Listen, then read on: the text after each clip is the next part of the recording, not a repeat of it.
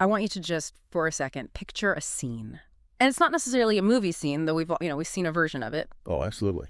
It's something that happens in a living room, maybe in a courtroom, or in one of those letters sent from a prison cell, or an email that you type out at 2 in the morning because you just can't sleep. Right.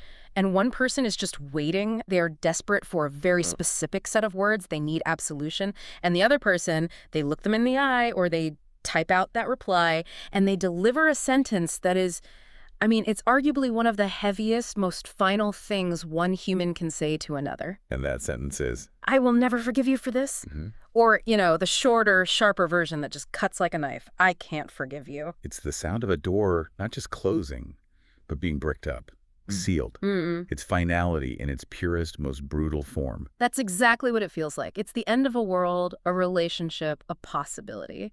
And we hear these phrases and we instinctively flinch, don't we? We do. We hear them in the wreckage of families after some horrible betrayal, in the dissolution of these really deep friendships. And then on a much larger scale, the aftermath of violence, of war, things that are almost too big to even comprehend. Exactly.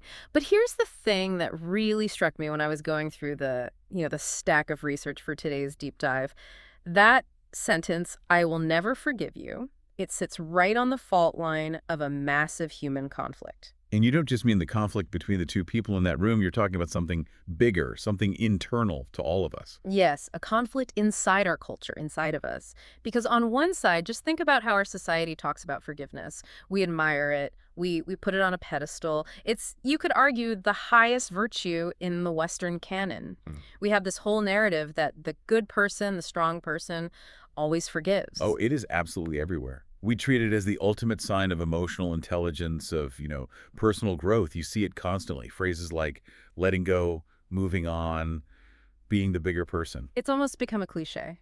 A total cliche. If you scroll through Instagram or any social media right now, you will eventually hit a quote card, probably with a nice sunset background, that says something like, forgiveness isn't for them, it's for you. Right. It's presented as this hygienic, necessary act of self-care. It's almost treated like dental hygiene. You have to floss and you have to forgive, otherwise you'll get like cavities in your soul. That's a great way to put it. The cultural script says the good person forgives, the hero forgives, but then there's the other side. The other side. There's this visceral, gut-level roar that just wakes up inside you when you encounter something truly horrific. When we read the news about a specific type of crime or when we suffer a deep, malicious betrayal, there's this feeling that forgiveness doesn't feel like a virtue at all. It feels like a betrayal. It feels like a betrayal of justice. Yes. A betrayal of the victim, especially if they can't speak for themselves. And honestly, it feels like a betrayal of reality itself, like you're denying the severity of what happened. Exactly. And that is the core tension we are living in for this deep dive. We are looking at all this source material to try and answer a very specific, and I think a very dangerous question. Is there such a thing as an unforgivable act? It's a heavy question. And just to be clear for everyone listening, we are not talking about the small stuff today. This isn't about your roommate eating your leftovers or someone cutting you off on the freeway. No. If you can't forgive that, that's probably a different podcast. We are hunting for the line. Is there a boundary in the moral universe where forgiveness becomes impossible, or even worse, where forgiveness becomes morally wrong? So before we get into all the philosophy and the psychology of this, I want to invite you, the listener, to just put your own definitions on the table for a moment. Yeah, that's a good idea. When you hear that word unforgivable, what face pops into your head? Is it a historical figure? Is it a criminal from a news story you remember? Or is it maybe someone you used to know? Just hold on to that image because we're about to deconstruct it. We're going to break down what forgiveness actually is, why we crave it, and why sometimes we feel we absolutely have to withhold it. And honestly, the best place to start is just by clearing away the debris. Because one of the biggest takeaways from all the reading is that most of us, and I mean most of us, are operating with a really terrible definition of forgiveness. We are trying to navigate this incredibly complex moral terrain with a map that is just It's wrong. It's leading us to the wrong We places. really are. It's like we're trying to build a house, but our only hammer is made of jello. It's useless. Right. We have these myths we've just absorbed from movies or maybe from Sunday school, those therapy memes you mentioned, and they actually make the work of forgiveness impossible from the start. So let's just shatter some of these myths right now. Okay, let's start with the big one. I call it the acceptance myth, or the approval myth. The sources argue that a huge amount of our resistance to forgiveness comes from this mistaken belief that forgiveness equals approval. That deep-seated fear, if I forgive you, I'm saying what you did is okay. Precisely. And that is a terrifying thought.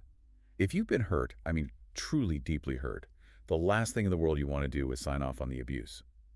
You don't want to validate the person who did that to you. Of course not. It feels like you're letting them win. But the literature is incredibly sharp on this distinction, and it's a vital one.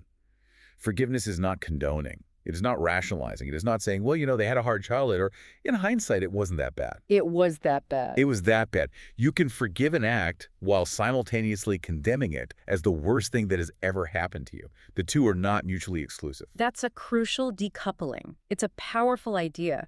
You aren't retroactively rewriting history to make the villain into the good guy. You're not giving them a thumbs up. Not at all. You are looking squarely at the act, calling it evil, calling it destructive, and then, from that place of clear-eyed truth, you engage in the process of forgiveness. The condemnation remains completely intact. Okay, which leads directly to the second myth, and this is the one that personally drives me crazy. The idea of forgive and forget. Which, as a concept, is a biological impossibility unless you suffer a pretty severe head injury. Right. It's absurd. But we say it all the time. It's like a nursery rhyme we teach people. Forgive and forget. It's terrible advice. The source material points out something really profound here, which is that true forgiveness actually requires memory. It depends on it. If you forget what happened, you aren't forgiving, you're just oblivious. You're just developing amnesia. Exactly. That's a key Perfect. point.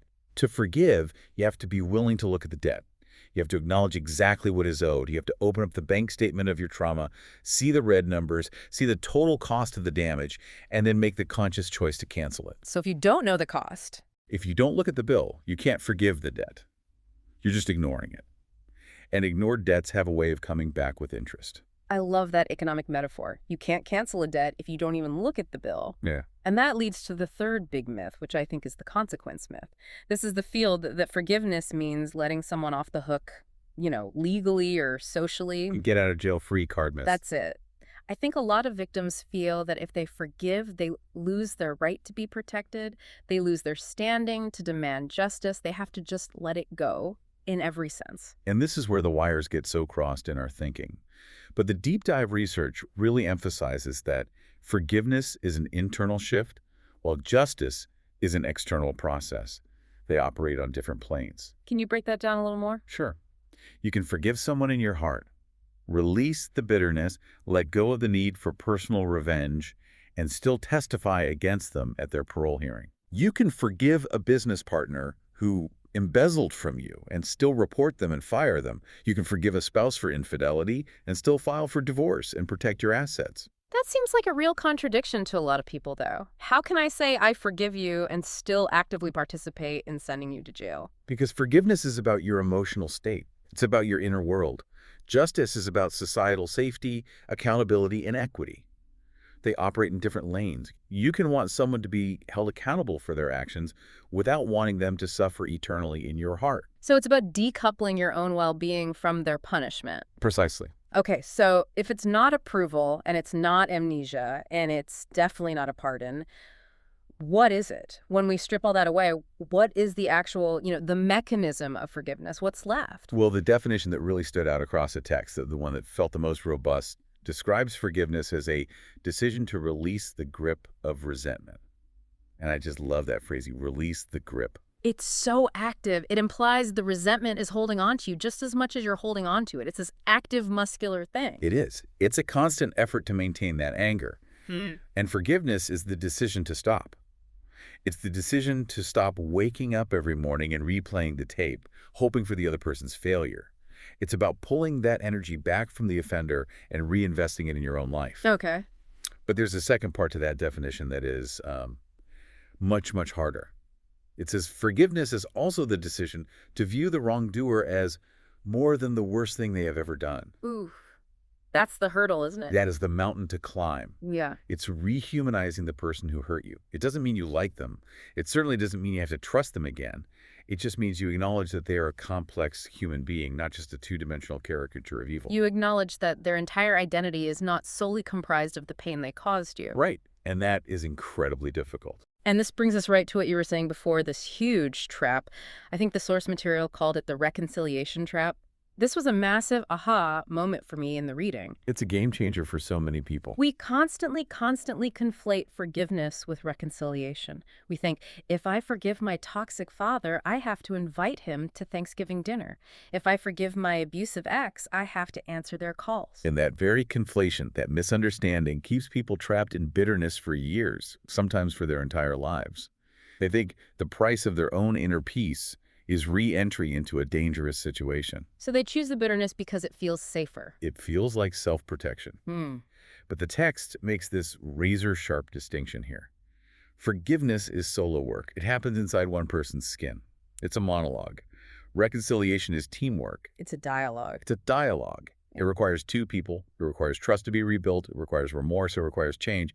You can have the first without ever having the second. That is so liberating. I mean, that one idea could probably change thousands of lives. It means I can release the poison from my own system, I can forgive, but I can also say with a very clear conscience, you are never allowed in my house again. Exactly. You can forgive from behind a locked door.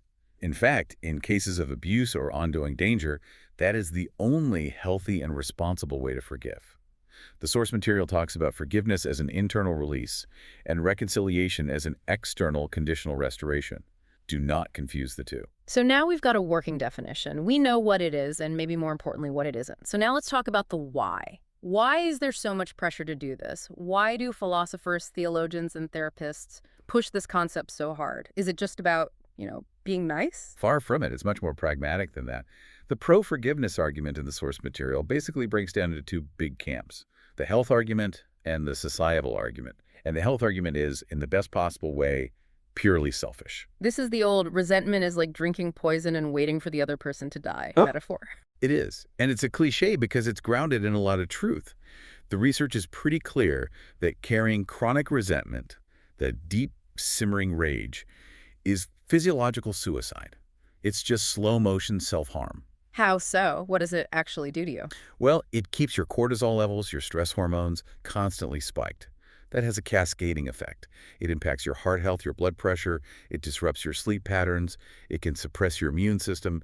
It essentially keeps your body in a fight or flight mode permanently. For years, even? For decades. And so the argument here is simple. Why let the person who hurt you once continue to hurt you every single day for the rest of your life? It's like they're still in the room with you. They're living rent-free in your head, and your body is paying the utilities. That's a perfect way to put it. So from this perspective, forgiveness becomes a radical act of self-preservation. You aren't doing it as a favor to them. You're doing it so that you can survive. You are reclaiming your own timeline, your own body, from the person who harmed it. Okay, so that's the personal, the micro level. What about the macro? All right, then you zoom out to the societal argument. And this is where it gets kind of existential. Yeah. If we as a society don't have a mechanism for forgiveness, what's the alternative? Retribution. Infinite retribution. Exactly. The Hatfields and the McCoys. Blood feuds that last for generations. The source references this idea of mimetic violence, violence that imitates and escalates. You hit me, so I hit you harder. Then you burn my house. Yeah. So I burn your entire village. Without some kind of circuit breaker, the cycle never, ever ends. Forgiveness, in this view, is the only thing that stops human history from just being an endless, bloody record of revenge. It's the circuit breaker. I like that. It's an intervention. It acknowledges that, look, human beings are frail. We all make mistakes. We all break things. We all require grace at some point in our lives. Yes, and from that vantage point, forgiveness is actually the ultimate form of strength. It's easy to hit back. It's a primal instinct. What's incredibly hard, what takes immense courage, is to absorb the blow and say the cycle stops with me, it ends here. It's a refusal to let the worst moment define everything that comes after. It's the most muscular moral choice you can possibly make. It takes far more courage to forgive than it does to punch someone. One of the sources even goes so far as to say, nothing is unforgivable. As long as there is a person, there is a possibility of forgiveness. Okay, so that's the sales pitch for forgiveness. It sounds great on paper. It's noble. It's healthy. It literally saves the world from descending into chaos. It does. But now we have to pivot. Because if we stop there, we are being incredibly dishonest about the reality of human evil. Right, this is the deep dive, so we have to go to the dark places. We can't just stay in the theoretical sunshine. We have to. And the source material really forces us to confront what it calls the catalog of horrors. Because it's easy to talk about forgiveness when we're discussing a lie or a theft or a garden variety betrayal. But does this logic hold up when we look at the absolute extremes of human behavior? This is where the theory gets tested by fire. The text lists examples that, frankly, they make your stomach turn. We're talking about genocide. Yes, the systematic industrial-scale extermination of a people. We are talking about the torture of children. We're talking about profound betrayal by the very people who are supposed to protect you. Parents, clergy, doctors, and specifically the one phrase that just haunted me from the reading was, acts of cruelty done with delight. That's the one. That's the one that gets me. Cruelty done with delight. Not cruelty done out of anger or out of desperation or ideology, but cruelty for sport, out of fun. When you look at that, at the sadist, at the unrepentant monster, the entire argument for forgiveness starts to shake. It feels inadequate. And there's a strong philosophical counterargument that says, in these extreme cases, forgiveness is actually immoral. Let's unpack that slowly. Why would it be immoral to forgive? That feels so counterintuitive given everything we just said about its benefits. It's a powerful counterargument, and it basically rests on three pillars. The first is the depth of harm. The idea is that forgiveness at its core implies a kind of transaction, a balancing of the moral scales. You hurt me, I offer you mercy, we sort of return to zero. Right, the debt is canceled. But some harm is infinite. You cannot balance the scale for a genocide. You can't balance the scale for the lifelong trauma of a tortured child. To even try to forgive it feels like you're trivializing it. It's like trying to put a Band-Aid on a nuclear crater. It's an absurd response to the scale of the wound. It feels insulting to the magnitude of the loss. It's like you're shrinking the crime just to make it manageable for yourself. Exactly. The second pillar is respect for the victim. This is especially crucial when we talk about third-party forgiveness. When people who weren't directly harmed call for forgiveness. Right. If a child is murdered, does the parent have the right to forgive the killer? Maybe. That's a complicated question. But does the community, does the neighbor who read about it in the paper, who has the moral standing to say, it's okay now? It feels like you're speaking for the dead, which is a moral boundary we probably shouldn't cross. The dead can't vote on whether or not they forgive the person who killed them. Precisely. And the third pillar is about maintaining moral boundaries for society. The fear here is that if we say everything is forgivable, we are essentially saying that nothing is truly, ultimately evil. We dissolve the very category of the abominable. So by refusing to forgive, By maintaining that eternal no, we are bearing witness. We are standing up and saying, this act was an abomination, and I will never, ever allow it to be normalized or integrated back into the story of humanity as just one of those things that happened. So in this view, holding the grudge isn't a sign of weakness or bitterness. It's a form of honor. It's a moral duty. It's a way of keeping the truth of the horror alive. It's a protest. It's a memorial, a living memorial in the heart of the survivor that says, I will not let the world move on as if this was nothing. Wow. This is such a difficult knot to untangle. On one hand, we have this desperate need to forgive for our own sanity and health. On the other, this desperate need to withhold forgiveness for the sake of justice and truth. It seems like an impossible contradiction. It does. And the source material tries to navigate this by introducing a really useful distinction. It's the difference between personal impossibility and a moral claim. This is a vital piece of nuance. The words we use here matter so much. When a victim says, I cannot forgive this, we need to listen very carefully to what they are actually saying. Okay, so personal impossibility, what does that mean? Personal impossibility is a descriptive statement. It's a report on the state of their soul at that moment. It's like a weather report for their inner world. Exactly. It's a victim saying, look, the wound you inflicted is too deep. My psychological bridge to empathy for you is broken. I literally do not possess the capacity to process this and come out the other side with grace for you. That's a valid, honest statement. We have to respect it. It's like saying, I cannot lift that tar off of that person. It's not a moral judgment on cars. It's a statement of fact about my current physical capacity. That's a perfect analogy. But a moral claim is different. That's a prescriptive statement. That's saying no one should forgive this, ever. And if they did, they'd be doing something wrong. Yes, that's the danger zone. The expert voice in our text warns us very strongly against becoming the forgiveness police. Judging other people's healing process. Right. If a mother, against all odds, wants to forgive the man who killed her son, if she somehow finds peace in that act, who are we to stand on the sidelines and say, you're doing it wrong? Or even worse, you're betraying your son. That is just a breathtaking arrogance. But conversely, and just as important, if she can't forgive him, if she lives with that rage for the rest of her life, we shouldn't stand there and say, you need to let this go to be a healthy spiritual person. Exactly. We have to defend the victim's autonomy above all else. The unforgivable is a subjective reality, a personal boundary. It is not necessarily an objective, universal law that we can impose on others. We cannot legislate how people process their own nightmares. That brings us back to something we touched on earlier, justice. Because I think this is where the paradox really sharpens. The confusion between forgiving and punishing.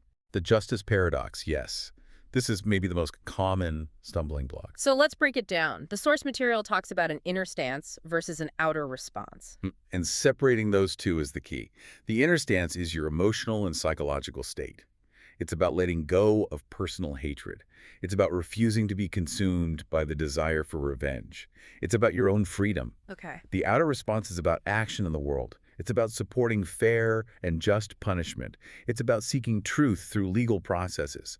It's about protecting others from future harm. So a victim can actually say, I no longer want revenge. I release you from my personal hatred. But I absolutely believe you must face the full consequences of your actions in a court of law. And those two statements aren't contradictory. Not at all. They are perfectly compatible. The binary isn't forgiveness versus justice. That's a false choice. Yeah. The real choice is forgiveness with justice on one side and no forgiveness with justice on the other. Justice should be a constant. That is a powerful reframing. So justice is the non-negotiable part of the equation. The variable is your inner state. That's it. You can pursue justice from a place of rage and vengeance, or you can pursue it from a place of, say, sober-minded concern for the community's safety.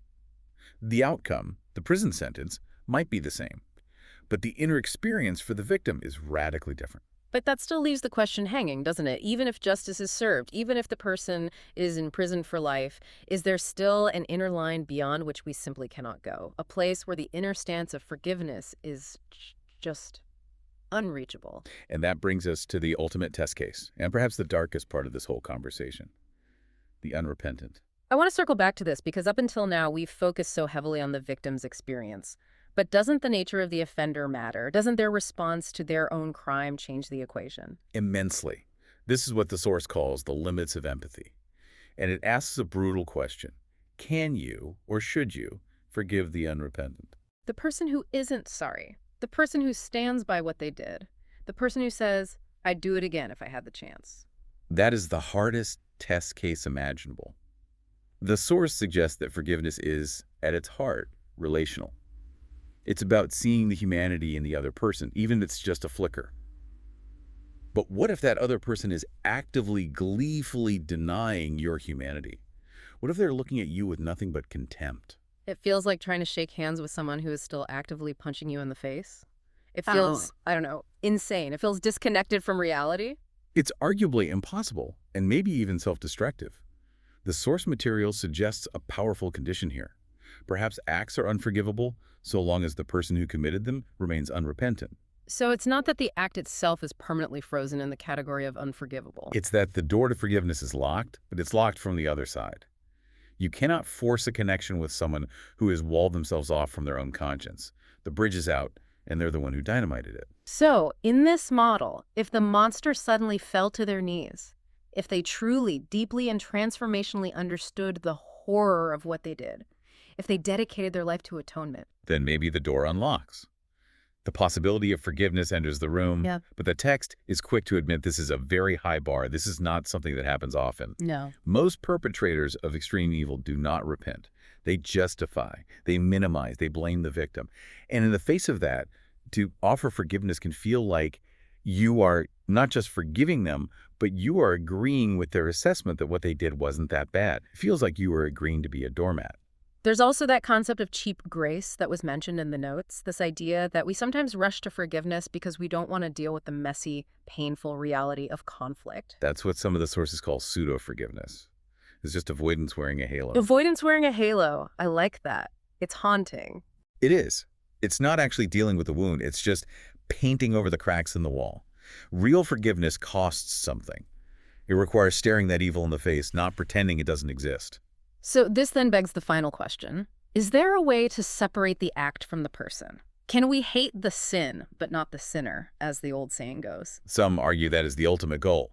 To be able to say, I will never ever say that what you did is okay, it was a monstrous act, but I will not spend the rest of my life chained to you by wishing you harm. But is that forgiveness? Or is that just release? Is that just moving on? And that's where the boundaries get blurry. The source suggests that maybe we use the word forgiveness for too many things.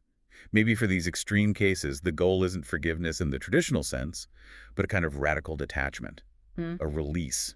So where does this leave us? I feel like we've circled this impossible problem from every angle. If we have acts that feel unforgivable and offenders who don't care, but we still have this biological and psychological need to release the poison, what do we do? The source offers a powerful and, I think, deeply compassionate reframing in its final section.